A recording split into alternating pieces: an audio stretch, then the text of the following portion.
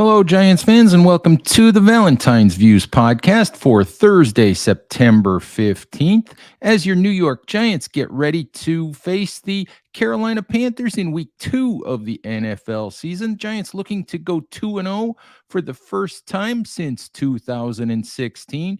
Giants, the last time I checked, were 2.5-point favorites per SB Nation partner DraftKings, and we will see what happens on Sunday at MetLife Stadium. Kickoff at 1 o'clock. A few things to talk about here. A little bit later in the show, we'll be talking about I'll be making my prediction for week 2. But a few things to talk about first, and I thought. First topic of the day, I thought we'd talk a little bit about Kadarius Toney. Toney, obviously, a big topic of conversation during the week. Only played 7 snaps on Sunday against the Tennessee Titans. Richie James, I think, played 42 snaps, caught 5 passes. David Sills played almost 30 snaps. A lot of questions in the fan base regarding why Toney didn't play more than he did. A lot of questions from the media directed to Brian Daboll about that topic as well. Daboll said simply that Toney is working his way back from spending most of training camp dealing with a hamstring injury. Said they had some plays for him in the game plan that they just didn't get to. I think that what we're going to see from Kadarius Toney, as I wrote at Big Blue View earlier in the week, this is a similar situation to last year where he missed most of the spring, where he missed the great majority of training camp practices, where he didn't really get on the practice field until right before week 1 on any sort of consistent basis. And Toney is going to have to take a couple of weeks here to really get on the practice field on a consistent basis and earn some snaps here. I think we're going to see Toney get more and more work. I'm sure he'll get more work this week than he did last week, especially with Wan'Dale Robinson looking unlikely to play due to a knee injury suffered in week 1 against the Titans. But the real thing here is Toney spoke to media on Wednesday in the Giants locker room at Quest Diagnostics Training Center, and Toney appeared to handle the situation well. He said that he was ready when his number was called. When he was asked if he was disappointed about not playing more, he said basically, and I'm paraphrasing, he said, "What's to be disappointed about? We won the game." He said if what's required is that he needs to practice more, he needs to show more in practice to earn more reps, then that's what's required, and that's what he will do. I thought that I thought that Toney handled the situation pretty well. I honestly do believe that as we go forward here, I mean, let's be realistic. Kadarius Toney is a more elite athlete than David Sills. He's a more elite athlete than Richie James. At his best, he can bring more to the table, more to the offense than those guys can. And I'm sure that the Giants, I'm sure Brian Daboll and Mike Kafka and Joe Shane, I'm sure that they're not blind to that, but they're also not going to hand him reps that they don't think he's ready for yet either, that they don't think he's earned, that they believe guys like Richie James and David Sills have earned. I mean, to do something like that, to me, sends a bad message to the locker room that your practice performance, your day-to-day work doesn't matter, that you don't get rewarded for those things. And I think that's a message the Giants don't want to send to players as they build this team, as they build a culture. So I'm sure that Toney is going to play more. I'm sure that if he stays healthy, he will have an impact on this offense. But for me, the biggest takeaway Wednesday was that Kadarius Toney is not complaining about the situation. He doesn't seem to be upset about the situation. He seems to understand the situation. He's happy that the Giants won. And for me, that's a sign of maturity. It's a sign of professionalism. That's something that we've been looking for from Kadarius Toney. So hopefully that kind of thing continues, and hopefully Toney does get on the field a little bit more and have an impact here going forward. All right, let's also talk a little bit about the Giants injury situation. Mentioned Wan'Dale Robinson played only 9 snaps on Sunday in his NFL debut and left the game with a knee injury. That doesn't seem to be a serious knee injury. Robinson seemed to be in good spirits when I bumped into him in the locker room on Wednesday. I think that this is probably a short-term situation for him. I doubt that he plays on Sunday against Carolina, which by extension might open more snaps and more opportunity for Kadarius Toney to take some of the plays, some of the snaps that would have gone to Robinson, get an opportunity for Toney to make plays. But while it's unfortunate that Wan'Dale Robinson suffered that injury, it doesn't seem to me like that's going to be a long-term thing. The big injury news of the week this week was that starting cornerback Aaron Robinson suffered an appendicitis attack, had surgery early Wednesday morning, is not going to play against the Carolina Panthers on Sunday. We're not sure at this point how much more time Robinson is likely to miss, but that's a blow to a Giants cornerback room that's already a bit unsettled in terms of the depth behind the starters, behind Robinson, Darnay Holmes, and Adoree Jackson. Brian Daboll was asked Wednesday during his press conference, who the next man up would be at cornerback, and Daboll indicated really that he didn't know at this point, that as of Wednesday, before Wednesday's practice, he wasn't ready to answer that question. The way he answered it was to name every non-starting cornerback on the roster and on the practice squad, and say that they would compete, and that by Friday night after the final practice of the week that the Giants would make a decision. We took a look at bigblueview.com at the candidates for that particular starting assignment.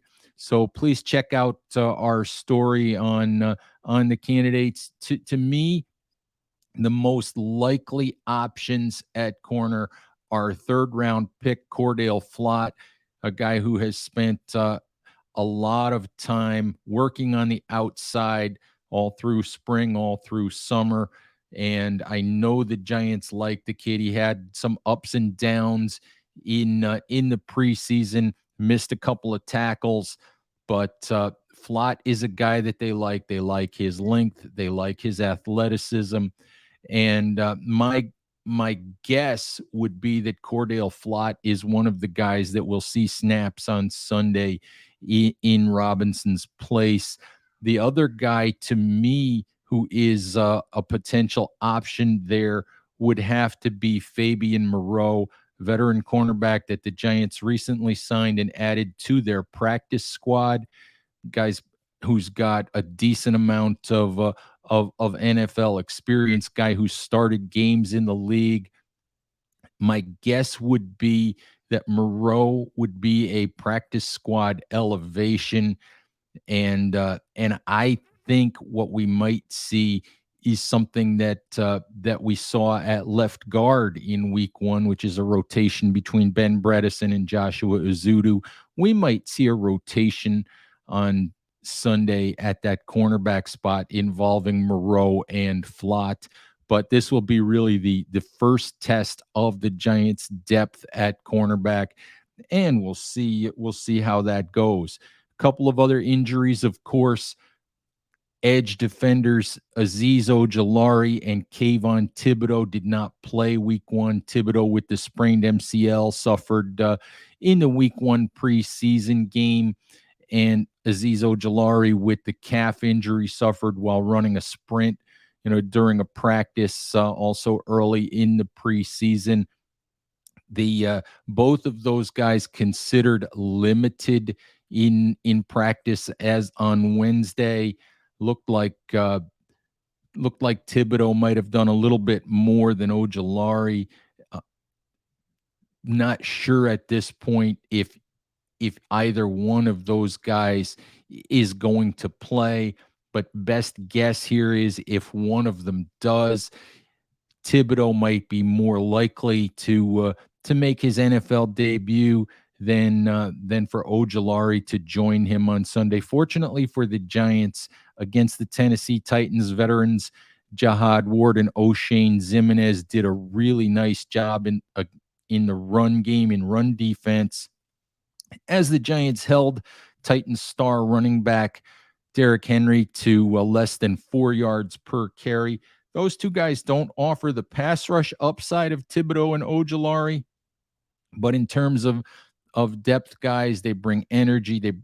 They did play well holding the edge against the run.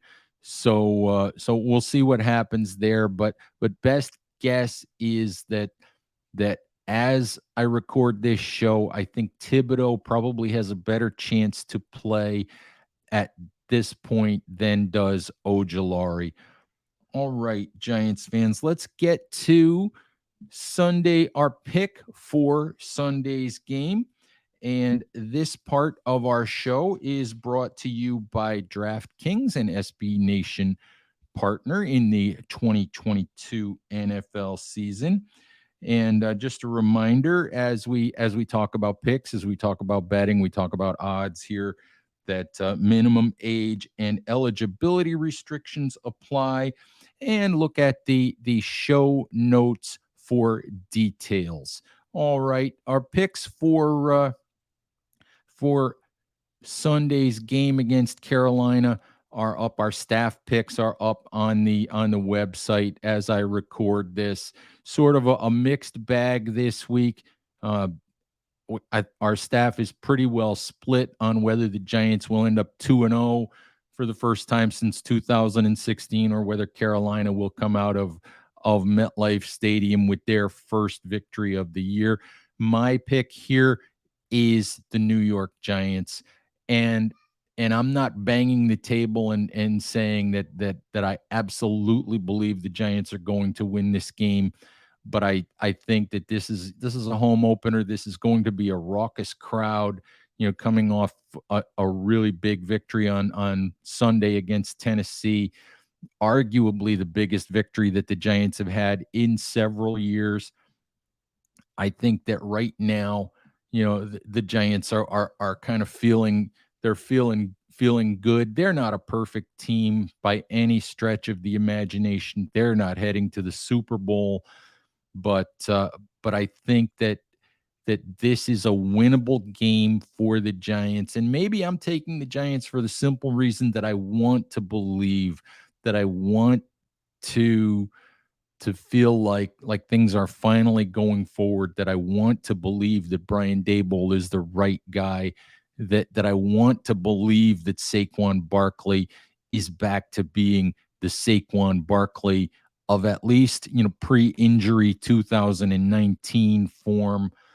So I do think this is a game that the Giants can win. I think that both of these teams are evenly matched. I think that the Giants, dealing with Christian McCaffrey, the Panthers star running back, could be an issue for the Giants. They gave up 2 touchdowns in the passing game to Tennessee running back Dontrell Hilliard last Sunday, and McCaffrey, of course, is one of the league's best pass-catching backs, maybe the best when he's 100% healthy. So figuring out that issue is going to be a big task for Giants defensive coordinator Wink Martindale.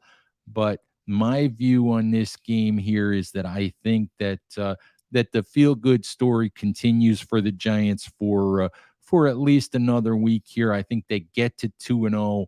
I think the optimism continues. Now, what's really, really interesting here is that the Giants' next 3 games are at home. The Giants face the Dallas Cowboys in week 3 on a Monday night. That's a game where they're going to put several former players into the Ring of Honor. They'll have that official ceremony. Leonard Marshall, Joe Morris, Otis Anderson, several other players, and also longtime trainer Ronnie Barnes will be among those added to the Ring of Honor. So that should be an interesting ceremony. That should get the crowd riled up. And in week 4, the Giants host the Chicago Bears. So there's an opportunity here for the Giants to get off to a good start in the first quarter of the season. This Sunday, I think, is a toss-up game. It's a 50-50 game. I think that, and I think in the end, largely because, as I said, largely because I want to feel good. I want to believe that things are finally beginning to turn for this Giants franchise, for a Giants team that's been in the playoffs one time since winning the 2011 Super Bowl, a team that's had 5 consecutive double-digit loss seasons. I want to believe that things are finally getting better. I think a victory on Sunday over Carolina would be another sign that while this Giants team is not going to make a deep playoff run in 2022, I think a win on Sunday would be another sign that better days could be ahead for your New York Giants. All right, Giants fans, that's the show for today. I thank you as always for listening. Please remember, if you're watching on YouTube, like, subscribe, share on our show. If you're listening on Big Blue View Radio, please subscribe wherever you listen to podcasts. Thank you as always for listening. Take care of each other, and we'll talk to you soon. Bye-bye.